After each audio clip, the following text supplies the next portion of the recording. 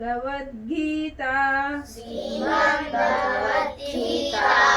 మూడవ శ్లోకము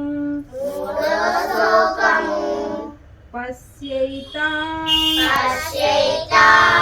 పాండుపుత్రాణం ఆచార్య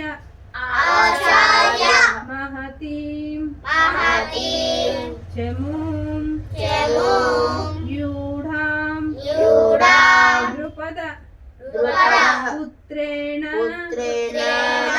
తవ శిష్యేణ ధీమతా పశ్యైతాం పాండుపుత్రాణం ఆచార్య మహతీం చమూం యూఢాం ద్రుపద పుత్రేణ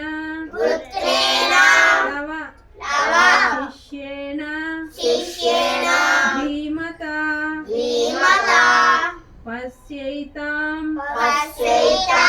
పాండుపుత్రాణం ఆచార్య మహతీం చమూం యూఢాం ద్రుపద పుత్రేణ తవ శిష్యేణ ధీమతా.